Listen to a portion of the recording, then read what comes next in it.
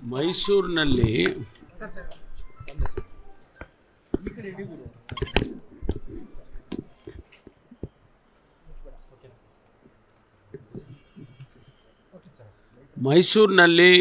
Udayagiri police ಸ್ಟೇಷನ್ನಲ್ಲಿ ಏನು ಘಟನೆ ನಡೀತು, ಈಗಾಗಲೇ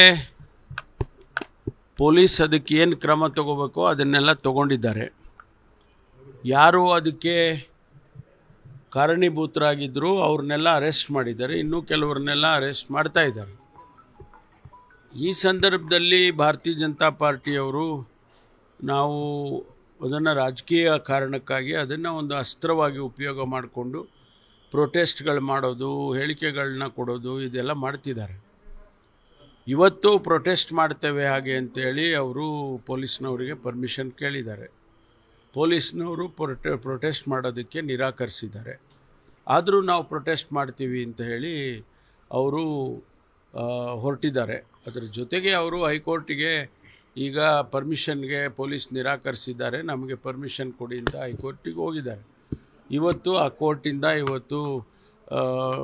ಇದು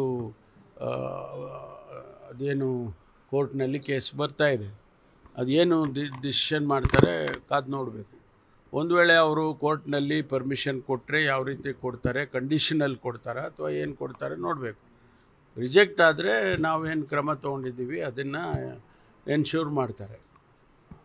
ಅದರಿಂದ ಇದರಲ್ಲಿ ಹೆಚ್ಚು ರಾಜಕೀಯ ಮಾಡೋದಕ್ಕಿಂತ ಯಾರು ತಪ್ಪು ಮಾಡಿದ್ದಾರೆ ಅವರಿಗೆ ಕ್ರಮ ತಗೊಳ್ಳೋದಕ್ಕೆ ನಮಗೆ ಅವಕಾಶ ಮಾಡಿದರೆ ಒಳ್ಳೆಯದು. ಅದನ್ನು ಬಿಟ್ಟು ರಾಜಕೀಯ ಮಾಡಿದ್ರೆ ಸರಿಯಾಗೋದಿಲ್ಲ. ಸರ್, ಈ ಮಂಗಳೂರು ಜೈಲಲ್ಲಿ ಮಾದಕ ವಸ್ತುಗಳಂದರೆ CCTV ಕೂಡ ಸರಿಯಾಗಿರೋಂಥದ್ದು ಸರ್, ಪಟ್ಟಣದನ್ನು ತಗೊಂಬಂದು ಈಗ ಮಂಗಳೂರು ಜೈಲು ಭಾಳ ಕಿಷ್ಕಿಂದವಾಗಿದೆ. ಅಲ್ಲಿ ಈಗ ಹೊಸ ಜೈಲನ್ನು ಕಟ್ತಾ ಇದ್ದೇವೆ. ಅದು ಶಿಫ್ಟ್ ಆಗೋವರೆಗೂ ಭಾಳ ಕಠಿಣವಾದ ಪರಿಸ್ಥಿತಿ ಇರುತ್ತೆ. ಈ ರೀತಿ ಡ್ರಗ್ಸು ಅಥವಾ ಬೇರೆ ಬೇರೆ ಅನೈತಿಕ ಚಟುವಟಿಕೆಗಳು ಅಲ್ಲಿ ಆಗೋದು ಕಂಡು ಬಂದಾಗೆಲ್ಲ ಅದಕ್ಕೆ ಕ್ರಮ ತಗೊಂಡಿದ್ದಾರೆ. ಈಗಲೂ ಕೂಡ ಯಾರು ಅದನ್ನು ಡ್ರಗ್ಸ್ ತಂದಿದ್ರು, ಪೆಡ್ಲಿಂಗ್ ಯಾರು ಮಾಡಿದರು, ಸರಬರಾಜು ಯಾರು ಮಾಡಿದರು, ಅದನ್ನೆಲ್ಲವನ್ನು ಕೂಡ ಅವರು ಪರಿಶೀಲನೆ ಮಾಡಿ ಅದರ ಮೇಲೆ ಕ್ರಮ ತಗೊಳ್ಳೋದಕ್ಕೆ ಈಗಾಗಲೇ ನಾವು ಸೂಚನೆ ಮಾಡಿದ್ದೀವಿ. ಆದ್ದರಿಂದ ಹೊಸದಾಗಿ ಏನು ಜೈಲು ಕನ್ಸ್ಟ್ರಕ್ಷನ್ ನಡೀತಾ ಇದೆ ಅದು ಬೇಗ ಆದ ತಕ್ಷಣ ಇದೆಲ್ಲ ಕಂಟ್ರೋಲಿಗೆ ಬರುತ್ತೆ. ಸರ್, ಮಹಾರಾಷ್ಟ್ರದಲ್ಲಿ ಮತ್ತೆ KSRTC ಬಸ್ಸನ್ನು ನಿಲ್ಲಿಸಿ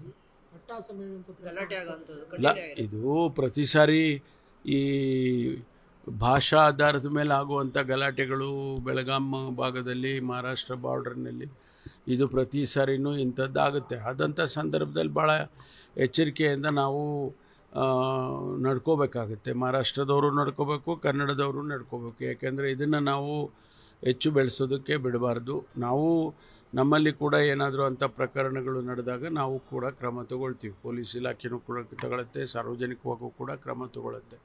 ಮತ್ತು ಮಹಾರಾಷ್ಟ್ರದವ್ರಿಗೂ ಕೂಡ ನಾನು ಮನವಿ ಮಾಡಿಕೊಳ್ತೇನೆ, ಅದನ್ನು ಹೆಚ್ಚು ಬೆಳೆಸೋದು ಸರಿ ಕಾಣೋದಿಲ್ಲ, ಕಾನೂನು ವಿರುದ್ಧವಾಗಿ ಮಾಡ್ತಕ್ಕಂಥದ್ದು ಸರಿ ಕಾಣೋದಿಲ್ಲ ಅಂತ. ಸರ್, ಈಗ ನೀವು ಡೆಲ್ಲಿಗೆ ಹೋಗಿ ಬಂದ್ರಿ, ನಾಳೆ DK ಶಿವಕುಮಾರ್ ಕೂಡ ಹೋಗ್ತಾರೆ. ಪದೇ ಪದೇ ರಾಜ್ಯದ ನಾಯಕರು ಡೆಲ್ಲಿಗೆ ಹೋಗ್ತಿರೋಂಥದ್ದು ಜನರಿಗೆ ಒಂದು ಕುತೂಹಲ, ಯಾಕೆ ಹಿಂಗೆ ಹೋಗ್ತಿದ್ದಾರೆ ಏನು?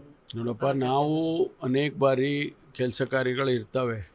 ಈಗ ನಾನು ಡೆಲ್ಲಿಗೆ ಹೋಗಿ ಕಳೆದ ಬಾರಿ ಡೆಲ್ಲಿಗೆ ಹೋಗಿದ್ದು ನಾನು ಹೆಚ್ಚು ಕಡಿಮೆ 1 ವರ್ಷ ಆಗಿತ್ತೇನೋ. ಈಗ ಹೋಗಿದ್ದೆ, ನಾನು ಹೇಳಿದ್ದೇನೆ ಖಾಸಗಿ ಕೆಲಸಕ್ಕೆ ಹೋಗಿದ್ದೆ. ನಂತರ ನಮ್ಮ ಹೆಡ್ ಕ್ವಾರ್ಟರ್ಸಿಗೆ ಹೋದಾಗ ನಾವು AICCಗೆ ಹೋಗೋದು ಒಂದು ಸಹಜವಾದ ಪ್ರಕ್ರಿಯೆ.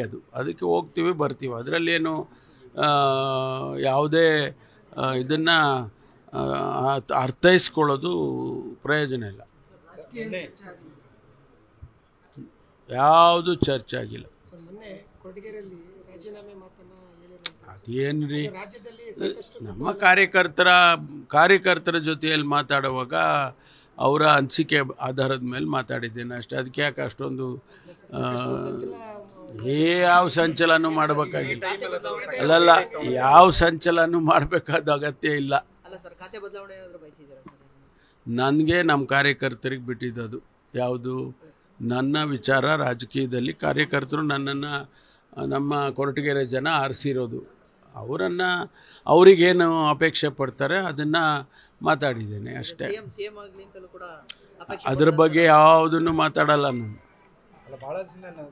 ನಾನು ರಾಜಕೀಯದ ವಿಚಾರದಲ್ಲಿ, ಮುಖ್ಯಮಂತ್ರಿಗಳ ವಿಚಾರದಲ್ಲಿ, ಅಧ್ಯಕ್ಷರ ವಿಚಾರದಲ್ಲಿ ಯಾವುದನ್ನು ಕೂಡ ನಾವು ಬಹಿರಂಗವಾಗಿ ಯಾವುದನ್ನು ಮಾತಾಡೋದಿಲ್ಲ.